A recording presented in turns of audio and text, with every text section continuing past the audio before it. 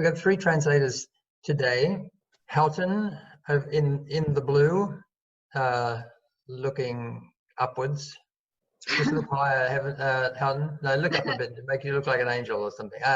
Houghton is a Bible translator in Vanuatu. He's on location. He's if we can get him out of his away from his desk, he can show us. Whoa, I'm already messing up. Yeah, just sit there. Sit. Where, No, go ahead. Let him go. Let him go. Where do you want me to go on my journey? Anyway, this is my just keep right going. outside my veranda. Just stop where you are now. Yeah, Houghton's been working in Northumberland, Vanuatu, and that's where he is right now. He's translating there with his family and his sister-in-law, and they have another team doing scripture engagement an hour or 2 away up north. Okay, tell us what else we can see, Houghton. Beautiful coconut trees, ocean through there, everybody. Yeah. Oh no, my daughter's at the top of the tree. She wanted to say hello. Oh. That's a Neville tree, at least beautiful little local nuts. So, anyways, there's the ocean. I'm looking north right now. Yeah. Like to hide out in the trees, especially when it's time to do chores. I'm looking north right now. I'm on the island of Ambrym in the central part of Vanuatu. So that's, if you can see my hand, that's north. Anyway, so my language group starts. I'm about the southwest end of my language group, and it goes all along the coast there, and then around for about another 15K. I think I advertised you as living in the shadow of a volcano. That's exactly right. Thankful that it's been dormant for about 1.5 years, so we actually have some veggies to eat lately. So it's been nice. Yes, in the shadow of a volcano. 2 volcanoes actually. Well, it used to be 3. Sweet water, no longer rotting your teeth. Well, that's what they say. We'll see. Okay, good. We'll get back to you. Is he going to show his chicken shed? Oh, you want to see the coop? Yep. So I have a chicken coop. The girls are tearing up our grass in the yard, the garden as it is. And the chicken coop is right back there. Anyways, yeah. And our garden is down here. Got some banana trees, all that jazz. We got a tree house that the last cyclone took care of, so I'm trying to rebuild that. Got our outdoor bush kitchen. If you can see that, I'm pointing to it. Can you see my hand all right? Yeah. And then there's the office. The translation office is right there. And yeah, anyway, so, and then the village is back that way, and hopefully we'll get to meet one of the local translators here. He'll show up here in a little bit. Okay, thanks, Houghton. And Kathy. Yes, sir. Kathy is in Darwin, and Kathy translates for Australian Aboriginal people and anybody else that speaks English and wants it in a clear and natural form, right? They're doing another English translation. Right, yes. Kathy?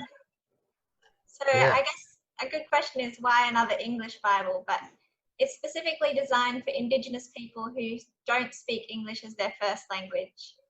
So the grammar and the words are changed so that it's easier for them to understand, because most of those people can't read a standard English Bible. Cool. I'm sure it'll have use too beyond the north. Mike is also in Vanuatu on a different island to Houghton, but he is a translator in Ethiopia and has been since Mike? 1995. Yeah, my wife and I were in Ethiopia for about 25 years, and then we just made the move here to Vanuatu in January, where my wife is working as the associate director for SIL Vanuatu, and I'm still working on our translation long distance. Yeah, how about that? So we'll hear some more about that later. So sorry to forget you there. I guess Houghton went on too long. He didn't hear that. Oh, he did hear that. Yeah. So, Bible translation, desk job or ministry? Well, we'll leave that question hanging in the air and we'll move on to the Bible reading. Lyndall, can you read it for us, please? Yeah, your laws, this is from Psalm 119, as you'll recognize with those big numbers. Your laws are wonderful, No wonder I obey them. The teaching of your word gives light, so even the simple can understand. I pant with expectation, longing for your commands. Come and show me your mercy as you do for all who love your name. Guide my steps by your word, so I will not be overcome by evil. Ransom me from the oppression of evil people, then I can obey your commandments. Look upon me with love, teach me your decrees. Rivers of tears gush from my eyes because people disobey your instructions. Yes, we Christians say your laws are wonderful. No wonder I obey them. I don't know when you last said that, but with such gusto. But there's all sorts of reasons, and Psalm 119 gives us lots of words for us to say about God's word. But verse 136.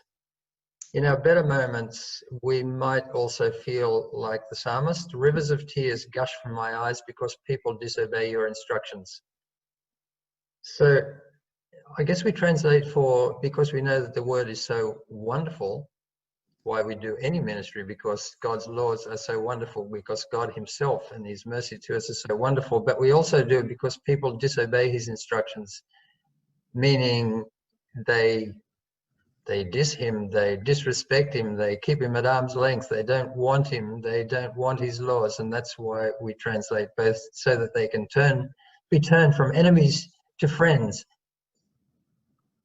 be on God's right side, and say with us, your laws are wonderful. So that's, I think, the driving force of mission, or one of the driving forces of mission and for Bible translation. The other day, I was just actually looking for a picture for Bible translation to put on this PowerPoint or some other PowerPoint, and it suddenly struck me. There's all these. I mean, this is just a proportion of them. When I typed in translation, this is what I got: picking the right Bible translation, understanding Bible translation, which translation should I use, which should I read, the best English Bible translation. What's the best Bible translation for kids? Which Bible translation should I use? How to choose the best Bible for you? Like, what are they talking about? What language are they talking about? English. Hang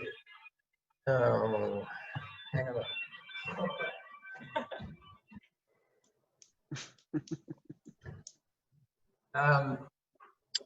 Yeah, it just struck me that in English we're spoilt for choice, and it's good. It's good that we are. But as soon as you talk about Bible translation, people probably are thinking, "Oh, is he for the King James, or is he for the Living Bible, or should we be reading the ESV because it is it's essentially literal and preserves ambiguity, or and we go on, and that's really all we can think about. And that's good. It's right. It should be like that, because the impulse for Christian people is that we want Bible translation to be the best. It just so happens that that people have been translating the Bible in English for so long that we get to do it in all sorts of different ways and think about how best to make it accessible to people.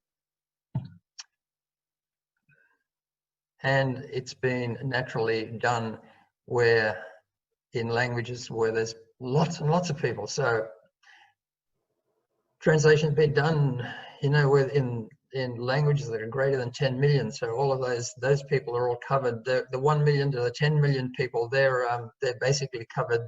There's still a few 1 million plus languages, I think, maybe in the world that haven't been translated. But for the rest of the people, the rest of the currently maybe 168 million people, the statistics say, that haven't got a translation, which doesn't really sound very many people when it boils down to it, out of how many people in the world? 7 billion? 7+ billion? Anyway, 168 million people doesn't sound that many, but they're the forgotten people. the people that haven't been reached yet, the people that speak languages that are inconsequential because there's so few of them. So 100,000 people downwards, if you go to Vanuatu, for instance, probably most languages left to translate would be under, well, yeah, verging on 1,000 people or less.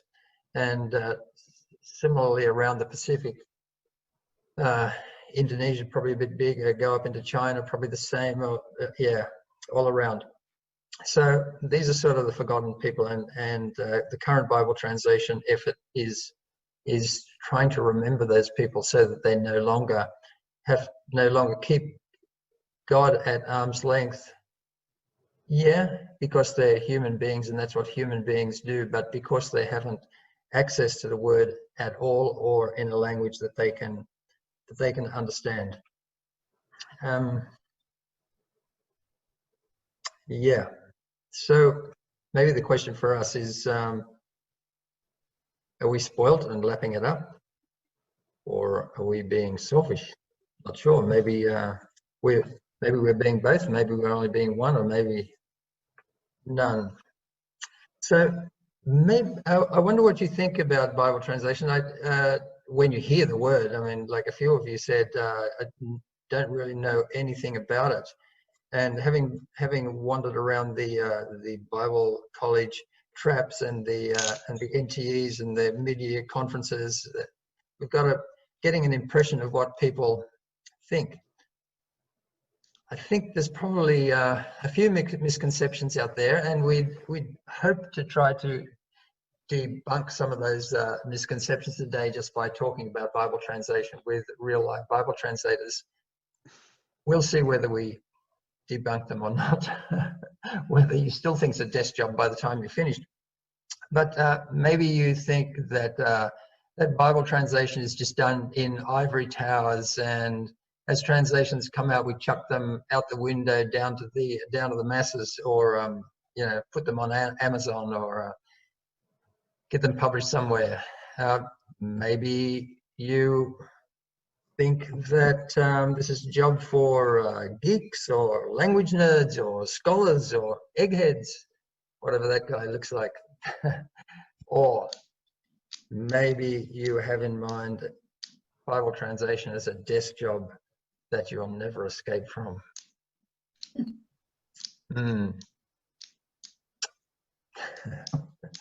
Let that sink in. Let me just stop sharing, I think, now, because I can't remember what my next slide is. And I can see you all again now, and I'll just have a look at what my next slide is. I'll go back to the next slide now because it's Houghton. So we'll start talking to our three translators. Everybody hears me okay? Yep. Okay. Yes, from Vanuatu. You hear me? Yeah, talk to Houghton before his internet dies or something.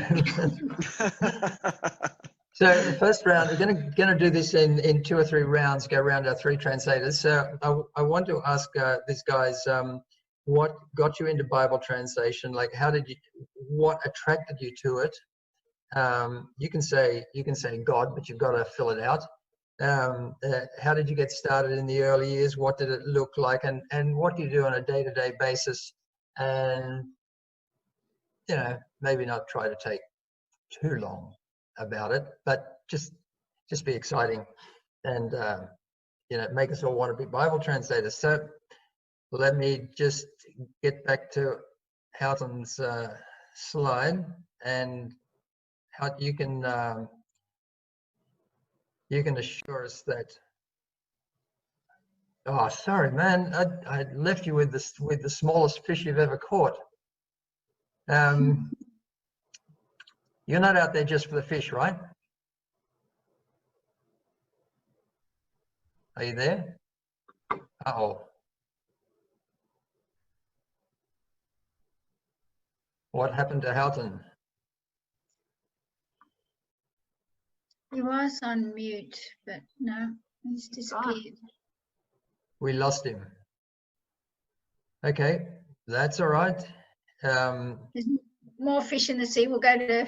I guess he's gone fishing. Yeah, don't blame him. We'll go on to Kathy. So, Kathy, doing plain English Bible, I think that's what you call it, right? You're in Darwin and you're working with somebody there. Could you tell us what got you into Bible translation and yeah, what the early years? I guess you've only been there a couple of years, right? And tell us how that's been shaping up, what you do on a day-to-day basis, and do you think you'll be out of there soon, or is this an ongoing job? Yeah, so Ross and Lyndall probably don't remember this, but when I was at uni, I was visiting a friend in Vanuatu, and I met Ross and Lyndall. That was my first introduction to Bible translation. How about that? Like many of you, I went to NTE, and I saw a stand from Wycliffe, and I wrote my email address down, but I never heard back from them. Oh. We're trying to change that. It's never happened to anyone else ever. One fish at a time. Yeah. But I guess God knew that I wasn't quite ready for it. So I did linguistics at uni. I studied Indonesian and Spanish. But when I finished, I thought that you either had to commit to something really long term, which like Bible translation, which I wasn't ready for, or become an academic, which I wasn't interested in. So I ended up working for Open Doors, which is a charity that supports persecuted Christians. And through that, I was really challenged by the stories that I heard. One particular person said, "We're willing to die for Christ. Are you willing to live for him?" And so I was interested in Bible translation. I just thought, well, I don't want to commit to something long term. I don't want to go far away from my family. I don't want to have to raise my own support. But through that, I saw that God would provide for the work that he wanted done. So I decided to apply with Wycliffe. And I was interested particularly in Indigenous languages because I'd done some Aboriginal studies at university. And I saw through that as an Australian, I was continuing to benefit from the history of Australia, and Aboriginal people were continuing to be disadvantaged by it. So before that, I'd sort of thought, oh, look, my parents didn't steal anybody's land. It's not my fault. I can't do anything about it. But then I realized that actually my life was benefiting from that history. And so I felt that I had a responsibility to help Aboriginal people with the challenges that they face because of that history. I really had no idea how to do that, but I know that everyone needs the gospel. And so when I heard that only one Aboriginal language has the whole Bible translated, and there are still people speaking their own languages who don't speak English or who speak very little English, I was really interested, and I got some mission updates from other people who were working with Indigenous people, and I kept catching myself thinking, oh, maybe I could do something like that. So in the end, I did some trips while I was at Bible college and studying with Wycliffe, and I decided to come and join. That photo is myself with Dave Glasgow. He's 87. And so a couple of the trips that I did, I worked with him on the plain English version. So it's designed for Aboriginal people who don't speak English regularly. So they might have learned some at school, they might need it for Centrelink, maybe even for shopping, but it's not their dominant language. But they don't have the Bible in their own language. So they're usually trying to read standard English Bibles where the grammar and the vocabulary are quite different to the English that they speak. So a lot of it is misunderstood. So Dave and his wife, they worked on a translation into an Aboriginal language called Barada. But they found that people from other language groups in the same community, even though they could understand Barada, they didn't read the Barada Bible. Partly because it's not their first language, so it's quite difficult, and partly because it's someone else's language and it's considered theft if you're using someone else's language when you don't have a right to it. Whereas English is a neutral kind of language, in terms of ownership at least. So I came up just over a year ago, and I've been working with Dave. Originally, I was going to spend time in an Aboriginal community learning an Aboriginal language first, but because of Dave's age, it was agreed that I could learn from him first, and I'll go to an Aboriginal community later on. Yeah, thanks, Kathy. That's quite a road that you walked, but I'm glad God got you there. Can you just tell us a little bit, explain a bit more about what you mean about English and ownership of language? Yeah, so Aboriginal languages are considered something that belongs to particular people. So even within Northeast Arnhem Land, there's a group of languages called Yongomata, and they're all related to each other. And some of them are becoming more widely spoken than the others, but each person's identity is in the language of their father. So their language is their father's language, and it's his father's language. And it doesn't actually matter whether you speak that language, whether you use it daily or not, that's the language that belongs to you. And so that's the only language that you have rights to. So if you have a funeral for someone from that language, you're not really supposed to read the Bible in someone else's language, even if it's a related language, even if it's mother's language, because that would be stealing someone else's language for your ceremony. Wow. So Yeah. English gets around that because English speakers freely give away English and no one minds if everyone uses it. What does it mean to people that English speakers freely give away English? Do you think that that's seen as a generosity, or it's just well, that's what we expect of people, or it's just not thought about? No, it's just thought, well, it doesn't fit in our system. Right. Yeah, it doesn't fit in our system. If anything, it's what's wrong with you? You don't value your language. It's certainly not a generosity thing. Yeah. Right. Okay. Well, we'll continue to be. Kathy, you probably do spend quite a bit of time at the desk at this point. Is how your days spent. Oh, yeah. Yes. So a fair bit of my time is at the desk. At the moment, Dave and I are revising the translation that's already been done to get it consistent, but we also test it with Aboriginal people. So whenever we have a question or a new translation draft is done, then we sit down with Aboriginal people and read it and ask questions, because we want them to understand the meaning of the original. So the desk work is kind of trying to figure out what the Greek or Hebrew would have meant to the original readers, not what each word means if you look it up in a dictionary, but what that sentence, that paragraph would have been conveying. And then trying to figure out how we can convey that in a way that would be understood. And then we need to check that that is the way it's understood and that it's understood easily. Okay, good. Thanks, Kathy. We'll get back to that. And you have a translation exercise that you can show us sort of what that means in a while. We get back to Houghton now.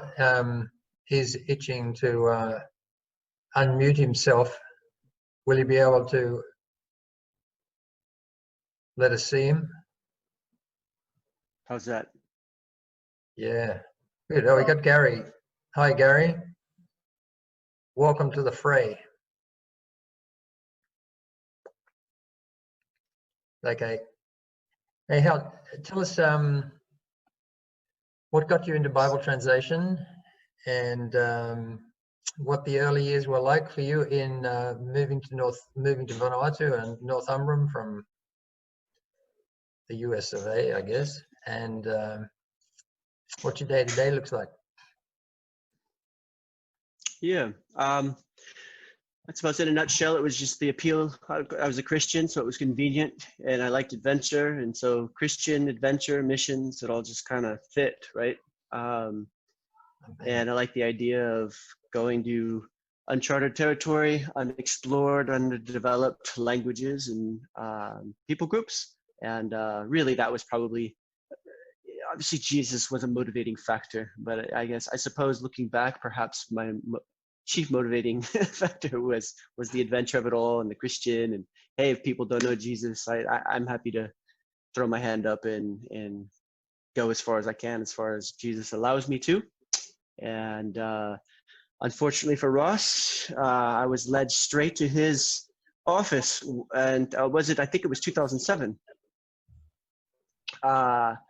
So I had finished, I was right out of high school. Sorry, just to go back just for a second. Right out of high school, I was thinking about medicine, doctor. There's nurse practitioners, there's physician's assistants, there's other avenues for healthcare. So I was finishing up that university work and just decided that wasn't for me. Decided I wanted to go to Bible college. And it was during that time when I got introduced to missions, a lot like many of you. And you ended up I'm sorry? You ended up a nurse practitioner? Yeah. Or, yeah, okay. And I worked for a few years. So when I graduated that, I had to sit for the national boards. But my senior year of studying, I realized I wanted to go back to I wanted to go back to school, learn more about the Bible. And I was just frustrated with not knowing as much as I wanted to know about God, about Jesus, about the Word. And for many of the same reasons that I believe Kathy was sharing, I wanted to know what the original context was of the believers and what the intended meaning was to the believers, how it was not only communicated to the original audience, but also how it was understood by the original audience. And I was just frustrated that I recognized that there was a huge chasm between my understanding at the time and where I wanted to be. So I went back to school. And so my studies, I ended up working at a hospital that paid. I was married at the time, and it was at Bible college where I think it was in my my third year. We ended up having a speaker by the name of Frank Drown. If you're familiar with the Jim and Elizabeth Elliott story and the Nate Saint story down there in Ecuador, Frank Drown was actually the senior missionary on the field at the time. And when the Aucas had gone in and missionaries were killed on that sand beach, he was the lead, the area leader, the country leader at the time, much like what Ross Webb was at the time when I first came to Vanuatu. He was the field leader.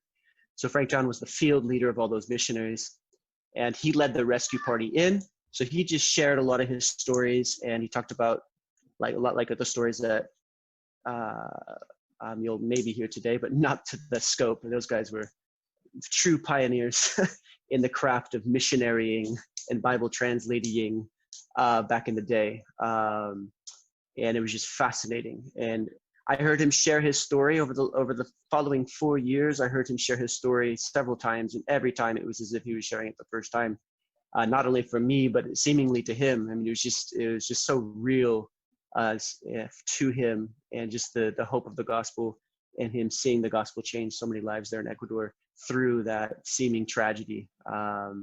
But so anyways, that was quite an appeal for sure, but just to see the gospel actually work in people's lives was fantastic. So from that point on, my wife and I, Gretchen, decided, yeah, we're going to do everything we can to get involved in that type of ministry, get to a people who ultimately don't have accessibility or proximity to the gospel. And just like in Romans 10, Paul simplifies it to those whom do not have proximity to the gospel. 10:8,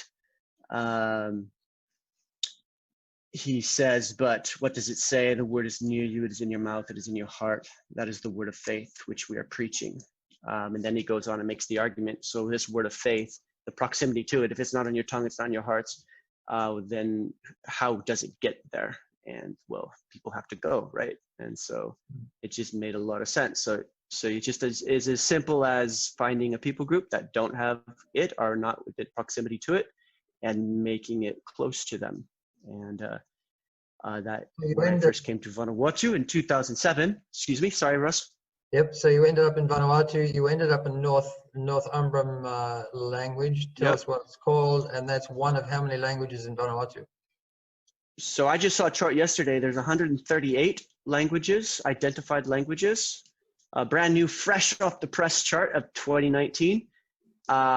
It's to be determined how many of those are still viable and how many of those are ripe for the picking for Bible translators. We suspect, I've heard within our tiny little group, we reckon somewhere between 60 and 70 languages that are left. Currently, I believe our organization has engaged four of the 60 or 70. And I'm not aware of any other, well, anyways, we'll leave that out. Yeah, so there's plenty of work to do here. I chose Northumbrian. There's about 5,000 speakers here in the north part of Vanuatu, in the Central Islands, but in the northern part of the island of Ambrym. And there's different circumstances. Realize that this is going to be home for the distant future. Right. So you built a cement house, and that can withstand cyclones. And what it's, do you do? Yeah, two Cat 5 so far. Yeah. Survived it. Good. So what do you do day to day? What does Bible translation look like in Northumbrian now that you're into it? Probably 5 years. You know the language. You've learned the language, right? You speak the language every day. Yes, we do. Yep. My Bishlam is already suffering for it. Yeah. So we learn the language, learn the culture. And Ross actually was able to do back when I really didn't know the language, was able to do my language test. So yeah, we learned the language, learned the culture as best we can, still learning, and started translating in, I can't remember what year it was, Ross, 14 maybe? 13, 14? Yeah. We started translating then. So you say we now have about 75% of the New Testament drafted. Oh, sorry. Wow, that's going. So I say you just said I started translating. Is that what you do? You do it. You've got a desk job. You sit alone in your office and chuck down leaflets. Every Bible translation project is different. So we are not monolithic at any stretch of the imagination. As you'll hear from Mike, and I believe her name's Kathleen. Every translation is different. Every translation project is different. Dependent upon the local interest, local ownership, infrastructure, accessibility to water, food, roads, communication, on and on and on and on she goes. Our situation is I spent the first about 4 or 5 years in learning a lot of language, as much as I can, and culture, and involved in the people's lives. I spent very little time behind a computer. Should have spent more, but spent very little time behind a computer trying to develop relationships and identifying people of peace, right? It's a missiological concept going in. So God seemingly has identified and already selected individuals who are going to be a part of his work in a language group. And by God's grace, we identified about 5 of them. And it trained them up. One of them actually just came back from school, and we ended up practicing through a family story Bible, about 142 different mini stories, and just really trying to get the nitty gritty of what the process of Bible translation is. I believe Phil Swan or somebody put together a little deal.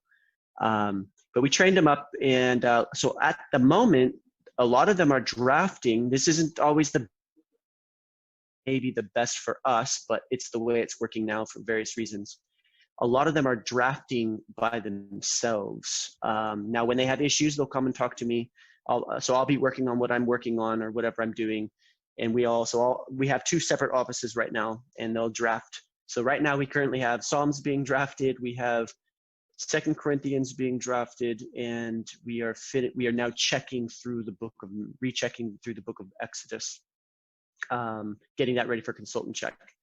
And so when you say they, Houghton, you mean when you say they, you just local men or women or speakers of the language, right? Yeah. Yes, so that'll be local, experts in the language. It's their native language, it's their first language, and they're the ones drafting. So we gave them, some of them some computer skills, some of them didn't want computer skills, they're just handwriting. So of course they had to learn the alphabet, they had to become literate within the language, learn their orthography, their alphabet, ABCs, learn the word breaks and how you break up the words. So a lot of them have several years under their belts and they're able to actually draft very well. The spelling is really good. The word breaks are really good. They're getting the intent, each and every proposition of every verb phrase, noun phrase, etc. They've become very proficient in their drafting. And so that has freed me up to focus more on relationship building, developing some curriculum, and different types of things around the village. So my day-to-day is I'll typically spend about 6-ish in the morning till about noon, lunchtime, behind a computer, sometimes by myself, most of the times with an individual. So our group here, our philosophy is discipleship. So we use translation as a means of discipleship across the table. So if you can imagine about 4 to 6 hours a day of just pure Bible study discipleship through the word, with an individual within the community. And that's about the first 4 or 6 hours of the day. After lunch, then I go off and I'll have a literacy class, or I'll teach a soccer practice. I'll do some type of marriage counseling. I just had a kid yesterday, one of our translators, his kid got kicked out of school. So we had a little bit of family counseling there. It's very pastoral. So our work here is turned into be very pastoral in nature, within the community, if I could just use that as a phrase to cover up a lot. Yeah. We'll get onto that aspect a little bit later and go further in that. You can save that up and tell us. Yeah. Anyway, we'll think of something to talk about. Mike, so you started, I forget when you said, 1990 something, or was it 1980 something? Anyway, in Ethiopia. 1918, I think it was, something. 1918, that's right. I was forgetting. So, so what got you into it? How did God attract you to Bible translation? And and how did the early days in Ethiopia look? And what did you do? Yeah, basically in the mid 80s, I graduated from university with a biblical studies major. And I knew that's what God wanted me to do. Had no doubt about it in my mind, but I also at the same time knew that, why am I doing this, God? Because I don't want to be a preacher. I can't stand in front of other people. You know, I'm a guy that's kind of in the background and all that kind of stuff. So why did you have me in this major, God? But anyway, went on, did a few things after college, and then I heard about Bible translation. And so I was like, wow, Bible translation. I can sit in a hut somewhere in the middle, you know, of some isolated village, and I can do Bible translation. I won't have to preach, you know, I mean, yeah, right. But that was, to be honest, is like, you know, as I found out more about translation, it was like, translation is such a foundational ministry, and without God's word, how can people be discipled? How can people truly know God? Yeah, so it was more that began to attract me at first, and as well, I got to looking into linguistics, going to SIL, doing my linguistics degree, and that too was a question for God. It's like, why, God? I've never learned another language in my life, except for English, and that's it. And yeah, but I got into linguistic school and in the training program, and it was like, I began to love it, you know, because I'd always hated going to English classes, coming through high school and that kind of stuff. But in linguistics classes, they were a lot of fun, because it was like putting this massive puzzle together, figuring out the grammar of a language. And I realized eventually it's like, oh, okay, in English class, they were telling me how I was supposed to speak and how I was supposed to write, you know, being very prescriptive, especially for me coming from the South. And I'm like, we don't really say it that way, but I guess we do now. Anyway, but in linguistics, it was more descriptive, you know, figuring out how people speak, figuring out how the grammar of their language works. And that was just really cool, and I enjoyed that.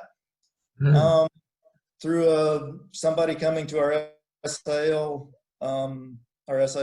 classes and speaking that had just been to Ethiopia. It was early 90s. Ethiopia had just come out from under communist rule, and things really opened up there. And so it was like, felt God calling me in that direction. And at the same time, I had met Andrea at SIL at the classes. She went to school for 1 year. And after 1 year, she said, you know, basically, these are a bunch of academics. I don't want any part of it. This is just not me. I want to go change the world and save the world, you know. But anyway, we kind of get hitched up together. And yeah, so she came to Ethiopia together with me. And she's loved being a part of Bible translation from a different perspective, not as much the linguistic perspective, but just you're looking at there as where we went to. It was an unreached people group. Technically, they're reached now, depending on the way you count the numbers, I guess, because there's probably 3%, maybe 5% now that have become believers. But yeah, God led us to the Suri, and at that time there were no Christians at all in the area, and it was really neat as we lived there in the Suri area for about 9 years.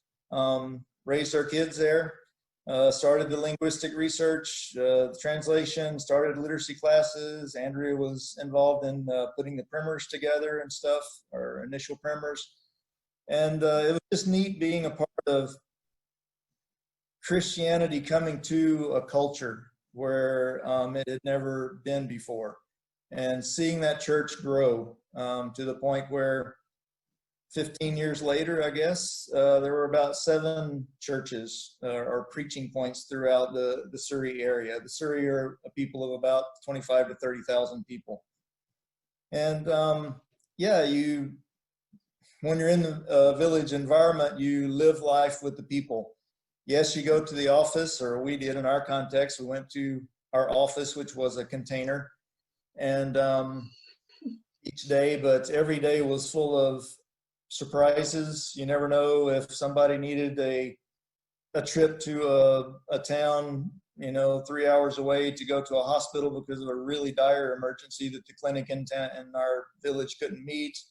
Or you never know if somebody died in the village in our area. You never knew if somebody might get shot because with the Suri people, guns are still a very important part of their lives, and they walk around, most of the men, and they have their AK-47 rifles on their shoulder. And even one of our translators currently now, a young man in his mid-20s, he's lost 7 brothers, well, cousins or brothers. 7 of them have been killed in the last year. And just going through that together with him, you know, and mourning, you know, with them, and sharing scripture with them. And yeah, you're a part of people's lives, whether it be on the translation team or in the local church that we were a part of there. You're a part of discipling them through your life as well as through the word. And yeah, but it was really neat seeing God's word take root in that Suri culture. And for us, once our kids got to school age, we moved to the capital city so they could go to school. We realized very early on we're not homeschoolers. You know, it wasn't for us. And we did have an opportunity for them to go to school in the capital, so we did that. I got involved in various administrative roles, and then it's just been now in the last 3 years that I've gotten back to translation. And so we're trying to finish up the New Testament in the next couple of years, and we've also done some Old Testament books as well. And that's kind of where we are now. Sounds great. I'd like to be in Ethiopia. It actually, it sort of resonates with me where you said I went to SIL school. For you out there that don't know what SIL means, SIL people, Wycliffe people talk about SIL and Wycliffe like they're sort of synonymous. Well, I don't know what the easiest way to say is. When we're in Australia or America or wherever, we talk about Wycliffe Bible translators, and usually when we're on the field translating, we talk about SIL, the Summer Institute of Linguistics, which was formed as a Christian secular organization that could slip into all sorts of countries without raising concerns or flags or making governments that didn't want to be known as Christians embarrassed or that sort of thing. So that's why we'll often say SIL, and that's what the training course for Wycliffe Bible translators is the SIL school, and that's down in Melbourne for Australia, and they're all around the world. So yeah, like Mike, when I was working out what I was going to do, and then with my life, and studied electronics, and then it signed up to go to theological college to maybe become a minister. And somebody said, go and try linguistics, because well, there are reasons. So I went to SIL school, and I thought, wow, this is the best bit of tertiary education I'd ever done. It just yeah. Just amazing in its I guess it appeals to a sort of an